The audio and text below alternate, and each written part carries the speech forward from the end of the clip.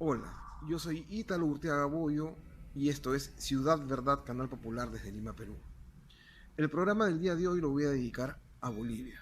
Bolivia, que es por supuesto vecino país de Perú y es un país al que yo quiero mucho porque viví 17 años de mi vida por allá.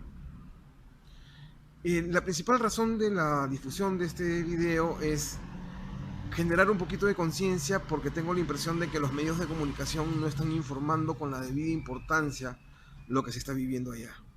Una convulsión social provocada por las elecciones de hace 2 domingos. Hoy día estamos 1 de noviembre, las elecciones fueron en fecha 20 de octubre de 2019 y desde ese momento el pueblo boliviano es consciente, sabe, no está dispuesto a aceptar que Evo Morales haya ganado las elecciones con esa diferencia de 10% en primera vuelta.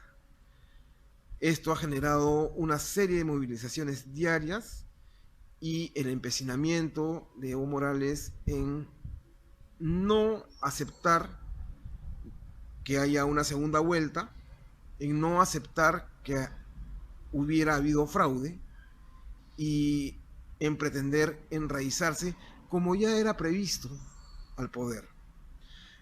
El reportaje va a constar de 4 etapas. Esta que es una primera presentación. En una segunda etapa estaremos hablando de una entrevista que le realizó la periodista Amalia Pando a 2 líderes sindicales. Uno de ellos es Roberto de la Cruz de la Central Obrera Regional del Alto y el otro es el periodista Iván Arias, que son 2 dirigentes que estuvieron muy comprometidos en el proceso de cambio que se dio en Bolivia a principios de la década de los años 2000. En esta entrevista queda claro la participación de Evo Morales, que no fue una participación contundente, rotunda, de mayor compromiso. Fue una participación parcial, a último momento. Como se refleja en esa entrevista, él no estuvo en todos los momentos, él no estuvo en los peores momentos, pero lo podrán apreciar mejor ustedes a través de la entrevista que menciono. En una segunda etapa, como Ciudad Verdad, Canal Popular, es un espacio donde siempre se busca difundir las expresiones populares, las expresiones del pueblo. He tomado contacto con un ciudadano boliviano de la ciudad de Santa Cruz de la Sierra. Él no es político, él no tiene color político, él es simplemente un ciudadano que además en algún momento creyó en el proceso de cambio, en el movimiento socialismo y en Evo Morales, pero que ahora, como la mayoría de los bolivianos, está decepcionado. Y a través de la entrevista podrán ustedes entender y conocer 2 cosas, ¿no? Uno, la percepción del ciudadano común en Bolivia y otro, las circunstancias que está viviendo Bolivia en este momento. Y finalmente, en el último sector, una entrevista realizada por el periodista Fernando Rincón de CNN, que le hace al director de la empresa que llevó adelante, que apoyó en el cómputo, en el conteo del cómputo de las actas electorales en el último proceso electoral llevado adelante en Bolivia. El director, él se llama Marcel Guzmán. En esta parte yo quiero hacer también una apreciación personal y es algo que no estoy diciendo por primera vez, lo he dicho muchas veces. Trata de que en realidad Evo Morales en Bolivia no es, sin desmerecerlo, sin ofender, hablando lo que es la realidad, no es el héroe que la mayor parte de las personas comprometidas con los derechos del pueblo y el respeto al medio ambiente creen. Él no estuvo muy comprometido no, en el proceso de cambio que se llevó adelante en Bolivia, la guerra del gas del mes de octubre del año 2003, lo que se conoce como Octubre Negro. En ese proceso Evo Morales estuvo ausente. Él llegó al final. Ahora bien, en ese proceso de cambio, en ese proceso de organización de la sociedad civil fue, y no es Evo Morales, la sociedad civil fue la que acordó una agenda. Y el acuerdo incluía que quien llegara, y en este caso fue Evo Morales, a la presidencia de Bolivia, con el apoyo electoral y por consiguiente con el apoyo de político en el Congreso, en la Cámara de Senadores, en la Cámara de Diputados,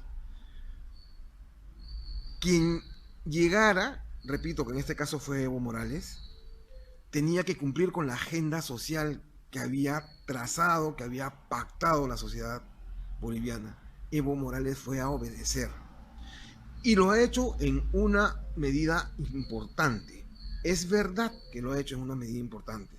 Con la nacionalización de los hidrocarburos, con los bonos para los más necesitados, con la mejor repartición de la riqueza a través de aguinaldos que se dan según el crecimiento económico cada año en Bolivia, pero además de eso, que es lo bueno,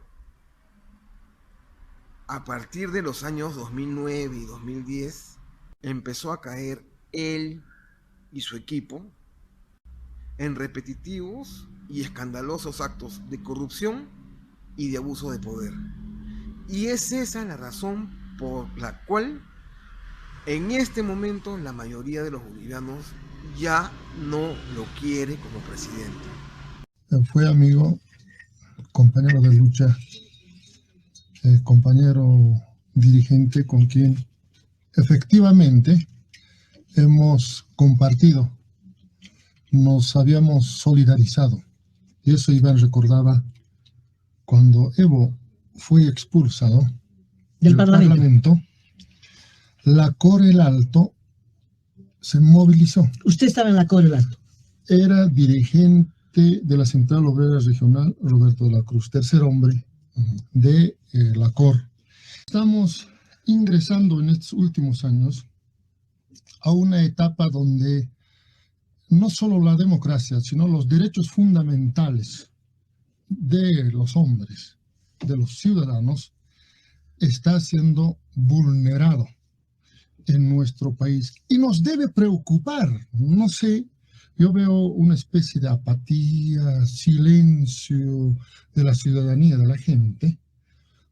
Día que pasa va lesionando, va lastimando más a la democracia del actual gobierno.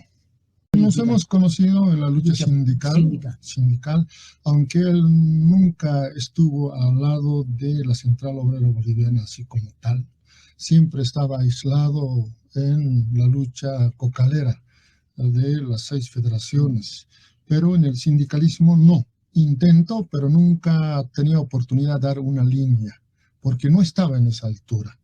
Pero de pronto, de las filas cocaleras, con el apoyo de las organizaciones no gubernamentales, ONGs, red de ONGs que dominaba a la cabeza del canciller. Era la estrella de las ONGs, ¿o no? Era la estrella de las ONGs. Exactamente, ¿no? Entonces, ahí es donde quería subir al alto. Yo me acuerdo finales de 2003. Compañero Roberto, quisiera venir a la Corel Alto, recíbanme pues, por favor. No, eres un dirigente, puedes venir. Llegó.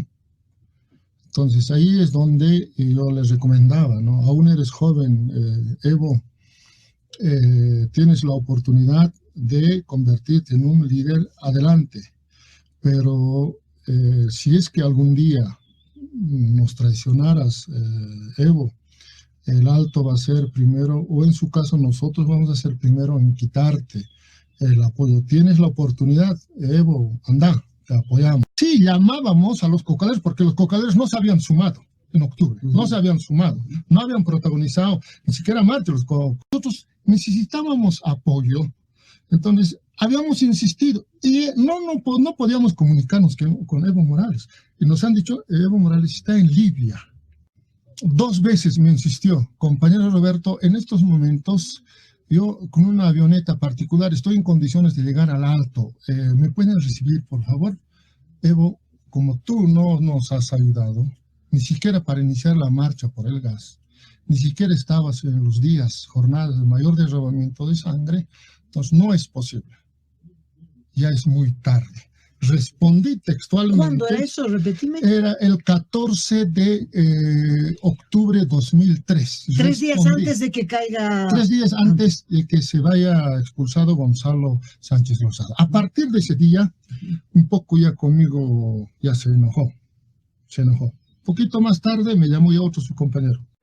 Ustedes, los medios de comunicación, dieron el protagonismo como si Evo hubiera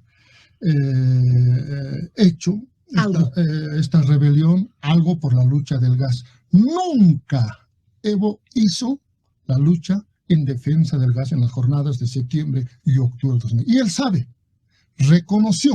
Cuando asumió el primer mandato, de igual manera, me invitó para hacer, entre comillas, la supuesta nacionalización de los hidrocarburos para 1 de mayo. Me dijo, Roberto, compañero, eres históricamente dirigente y yo te invito, vamos a destrozar los carteles, letreros, con Fuerzas Armadas vamos a entrar, vamos a nacionalizar, hermano, vamos. Y yo llevé el modelo de nacionalizar como hizo Marcelo Quiroga Santa Cruz, modelo que hemos elaborado con mismo Álvaro García Linera, ¿te imaginas? Cuando no era candidato Álvaro García Linera. No estaba ni en el MAS ni nada. Mirko Orgaz, a Álvaro García Linera, Jaime Solares y mi persona habíamos elaborado un modelo de nacionalizar los hidrocarburos, ¿ya? Y yo llevé eso a Evo. Entonces yo entregué, este es el modelo que vamos a nacionalizar, Evo. Ojeo, otra vez ojeo, y terminó preguntándome de una cholita del Alto, que por respeto voy a guardar el nombre de esa cholita. Me salí decepcionado, ¿me crees? Muy grande. Yo tengo que admitir, porque las bases sociales inclusive ya nos han rebasado, ¿te acuerdas? Ya nos han rebasado desde las zonas gremialistas, es decir, ya no eran solo sindicalistas, sino vecinos. La gente ha tomado control ya de las calles, las mujeres, los niños salían, etcétera. Entonces, era imposible hacer el control el dirigente. Entonces, ahí es donde efectivamente pasó lo que nadie se imaginaba que iba a pasar. Yo, por ejemplo, empecé la marcha de Caracollo, María, no con ese objetivo, yo tengo que ser realista, sino para evitar que el gas se venda por puertos de Chile, por Chile a Estados Unidos. Ese era el objetivo. Pero como el gobierno de entonces quería parar metiendo metralla, tanques, aviones, entonces la gente nos rebasó.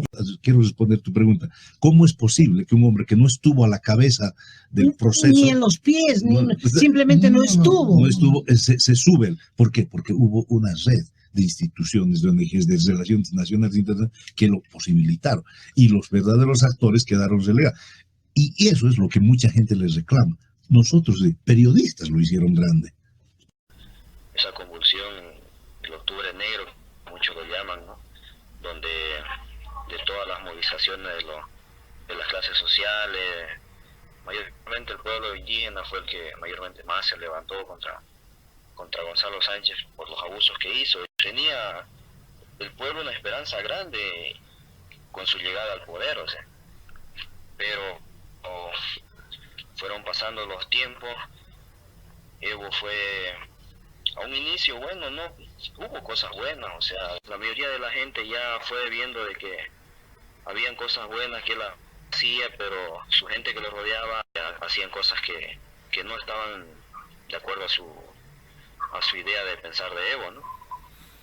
Así empezó y fueron pasando el tiempo hasta que ya, bueno, se ha visto muchos casos de corrupción, abusos de poder, este caso de corrupción que Evo favoreció a Gabriela Zapata con contratos millonarios, que todo salió a la luz y bueno, y después ya hicieron un proceso y bueno, ella ya está en Palmasola, ¿no? Terminó presa, Otro claro. caso de corrupción, por ejemplo, no hace mucho salió a la luz el desfalco que se hizo al Banco Unión, millonarias cantidades que sacaron de plata y bueno, supuestamente son mandados por el ministro de Economía, pero y todo eso es por parte del gobierno, pues, ¿no?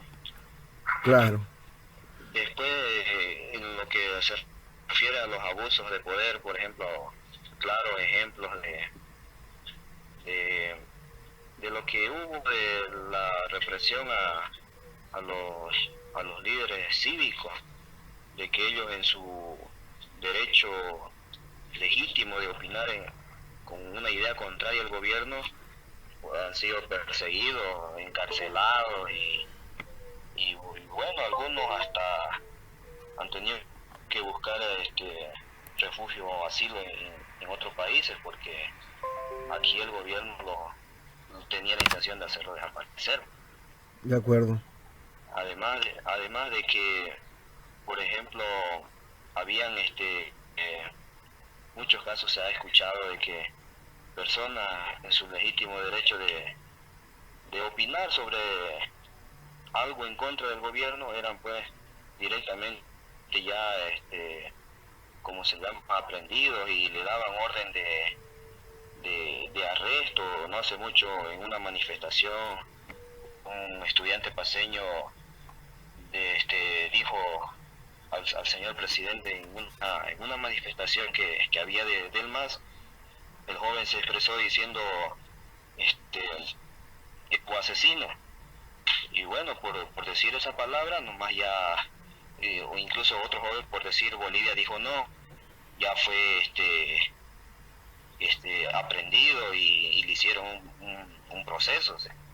Uh-huh. E incluso había otros casos de jóvenes de que mediante las redes sociales publicaron, o sea, unos memes, podríamos decir, en contra del gobierno, que hizo investigar quiénes eran esas personas y los ha hecho aprender igual. La gente ha perdido totalmente la confianza y credibilidad en el gobierno, incluso con su misma gente, porque si te das cuenta, ahorita los resultados hablan a nivel nacional, son resultados a nivel nacional. En departamentos que él era el favorito en años anteriores, los ha perdido. Su misma gente ya ahorita no cree en sus palabras, en sus hechos, o sea, ya perdió totalmente la confianza de todo el pueblo. La misma gente se ha dado cuenta de que, bueno, le ha dado el rechazo total, o sea, porque como te digo, ha habido claras evidencias de que esto ha sido un fraude total.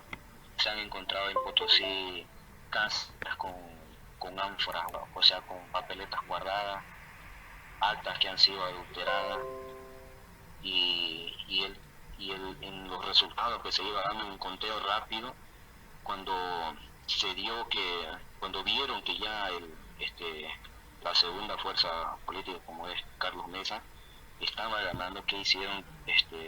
Detuvieron el conteo rápido, lo paralizaron, y al paralizarlo, el conteo rápido, peor creó la sospecha de que se iba a consolidar un fraude electoral. Claro. Porque ellos estaban seguros de que con los votos iban a ganar, pero como vieron de que en el conteo rápido el MAS estaba perdiendo, bueno, ¿qué hicieron? Paralizaron el conteo rápido hasta buscar la forma de cómo hacer subir al MAS. Entonces, ahí fue lo que hicieron: adulteraron las actas, escondieron las actas, bueno, y se han mostrado en las redes sociales videos claros donde se ve que en medio camino, transportando las actas al Tribunal Supremo Electoral, paraban las movilidades, se bajaban, revisaban, y si era la papeleta voto a favor de Carlos Mesa, ellos lo volvían a marcar en otro lado. Y ante esta situación, si me permites preguntarte, o sea, ha habido una variación en la dirección, en la conducción del gobierno, la gente cifró sus esperanzas, seguramente se hicieron algunas cosas buenas, seguramente el gobierno de Evo Morales se hizo confiar o se dejó corromper, la gente ahora manifiesta su rechazo, hay un repudio mayoritario, pero la pregunta del caso es, bueno, en las redes sociales se puede apreciar con claridad que hay la lucha continúa, o sea, la gente, ¿cómo están allá? ¿Cómo se está viviendo allá? ¿Están en paro? ¿No hay normalidad? ¿Cuál es la situación actual? comenzó el conteo rápido, de ahí hasta hoy día, que ya estamos a 29, o sea, ha sido una convulsión total del país. No ha habido del siguiente día en las elecciones, aquí el Comité Pro Santa Cruz decretó paro cívico a nivel nacional. Y bueno, la gente, no solamente de Santa Cruz, se unieron de todos los departamentos a defender el voto. O sea, aquí no hay de colores políticos, que yo soy masista, que yo soy de otro partido. Aquí la gente lo que está haciendo es defender su voto. No hay otra bandera. Todos por Bolivia, esa es la bandera. O sea, yo no voy a aceptar algo de que alguna elección fraudulenta. O sea, lo que la gente quiere aquí, que se respete el voto. Eso es. Claro. Ha empezado, como te digo, una confusión total, porque como te explicaba hace rato, su misma gente ahora está en contra, su misma gente de Evo está en las calles. Ahorita Bolivia se ha volcado a las calles en todos los departamentos. En todo el país. Se ha volcado a las calles en todo el país a nivel nacional, como te decía, el país en departamentos de que Evo era una persona, o sea, grata, una persona bienvenida. Ahora no lo es. Ahorita te digo, llevamos ya más de 7 días de paro cívico, totalmente paralizado todo el país, no hay transporte, y bueno, los abastecimientos de mercado igual es difícil. O sea, la situación aquí está grave, te digo. Las verduras, todo subió, cuestiones de carne, en fin, la carne se ha especulado bastante, porque los frigoríficos, los mataderos siguen con el mismo precio, pero los comerciantes en el mercado lo han especulado el precio. Claro. A raíz de que cuesta llegar a un frigorífico por tantos puntos de bloqueo que hay, es difícil. Tienes que hacer montones de desvíos para poder llegar a comprar un kilo de carne. Y peor, si vas a abastecer a un mercado, tenés que, traer harto, ¿no? Y lo que cuesta es ir y volver. Con las verduras es lo mismo. Como ha habido varios puntos de bloqueo, a un inicio ha habido personas que han sido tan intransigentes que no dejaban pasar los camiones para que lleguen a los mercados mayoristas a entregar, ¿no? De acuerdo. Y bueno, a raíz de eso ha escaseado las verduras, todo eso, y los precios se han elevado. Y un claro ejemplo que mira, antes que sea esta convulsión, un kilo de tomate que costaba 5 pesos, 6 pesos, ahorita está costando hasta 20 bolivianos el kilo de tomate. Y la gente pobre, la gente humilde es la que sufre. O sea, ¿de dónde va a conseguir 20 pesos por kilo de tomate y las otras cosas más que tiene que comprar para la canasta? O sea, ¿verdad? O sea, no alcanza la plata. Es una situación. Hay gente que vive del día a día, o sea, Es una situación terrible. de salir a trabajar, a vender a la calle, así, ¿no? Y con este paro no lo está haciendo. Felicitaciones y fuerza para el pueblo boliviano, porque aprendieron a organizarse y a luchar por lo que ellos creen, por lo que ustedes creen. Y entonces, acá se ha establecido una lucha, y yo me imagino, conociendo cómo son los bolivianos, será hasta que se vaya. Al comienzo, cuando terminaron las elecciones, el pueblo estaba un día trabajado pacíficamente, pero se pedía al Tribunal Electoral que sea claro y transparente. Las cifras eran claras, era segunda vuelta, pero como ellos han manipulado los votos del conteo, han ocasionado de que las cosas se empeoren, y el país salió a defender su voto, como te digo. Y ahorita la gente ya no pide ni segunda vuelta. Claro. Entonces, lo que pide es Elecciones. nuevas elecciones, o que se vaya él. Y el objetivo es uno mismo a nivel nacional, defender la democracia, defender el voto. Está clarísimo. Eso, y si no se logra, pues como te digo, el pueblo ya está sentado, y ya hasta lo último. Hasta las últimas consecuencias. Porque ya han sido varios días de paro para dejarlo en nada, ¿no? O sea, no va a quedar así nada.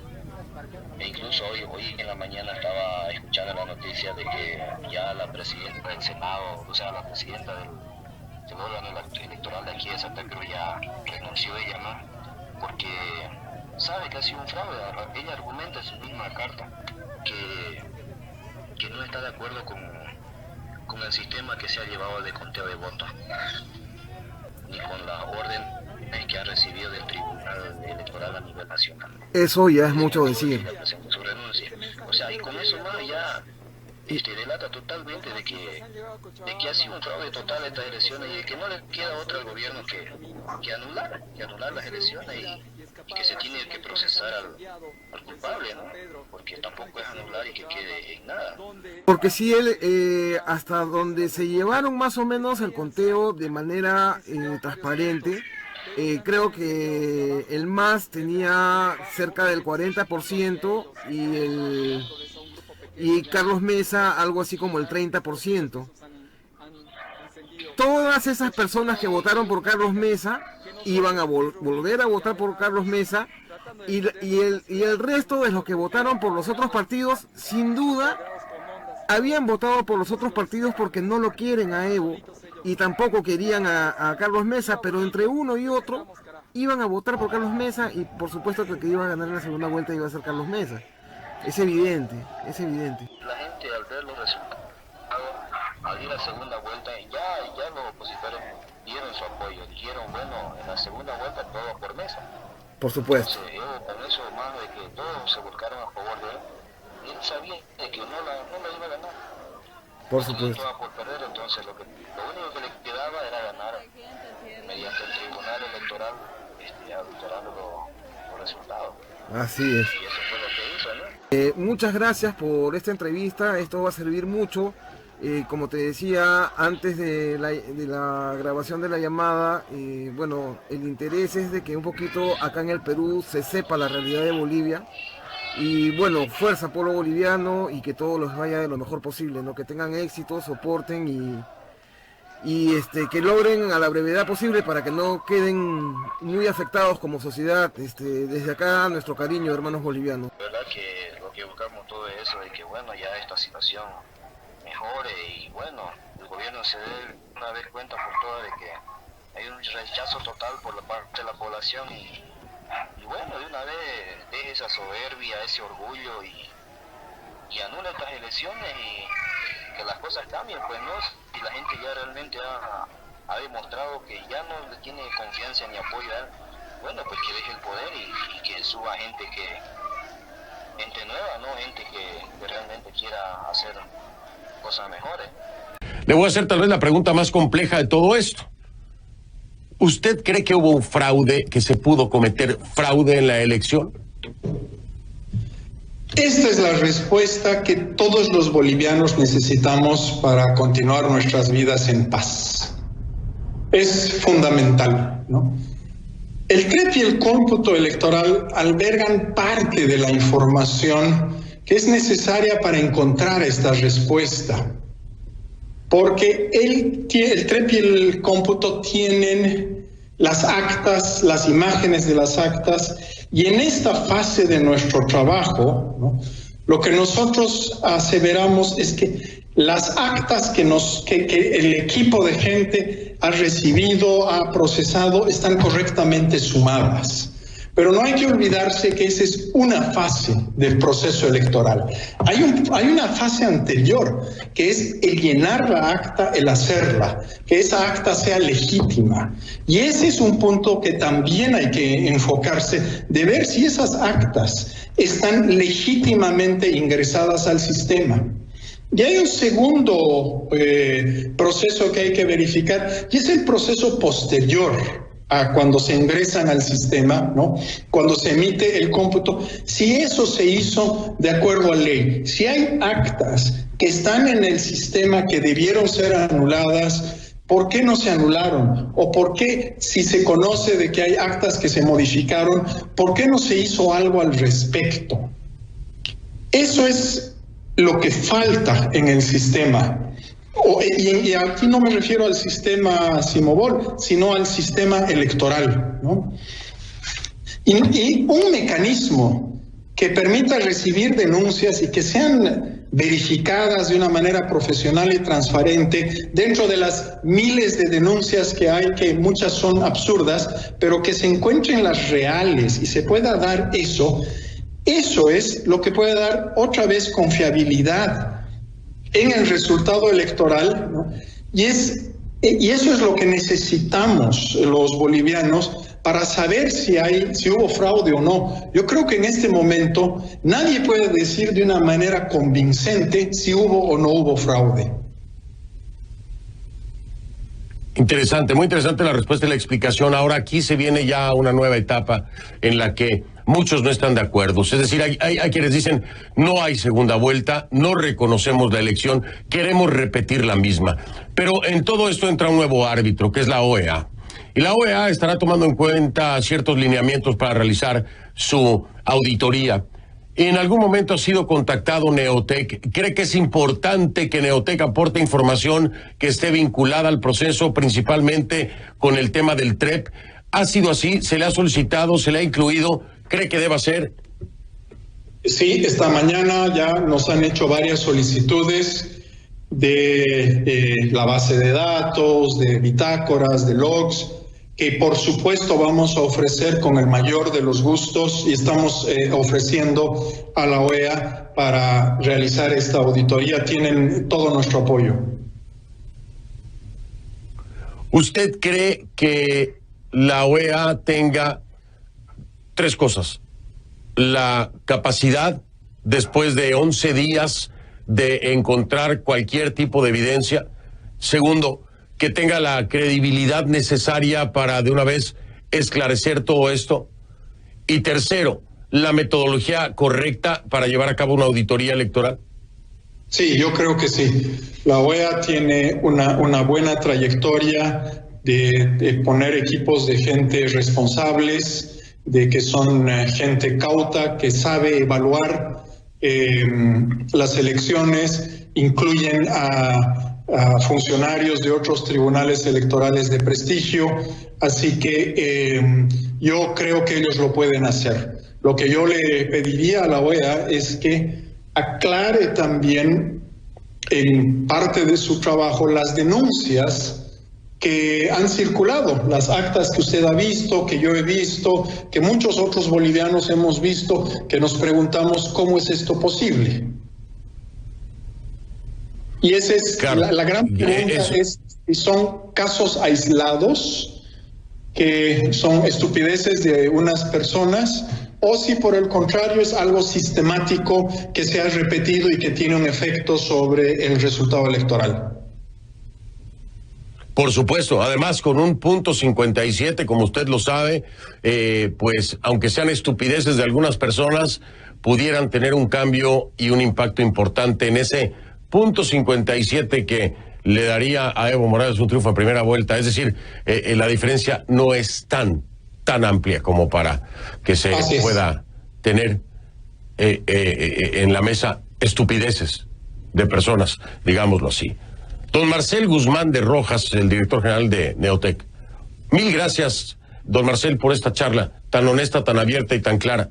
De verdad que lo aprecio mucho y estoy seguro que muchos paisanos suyos lo harán también allá en Bolivia y en la comunidad internacional. Muchas gracias, Fernando, por difundir esta noticia.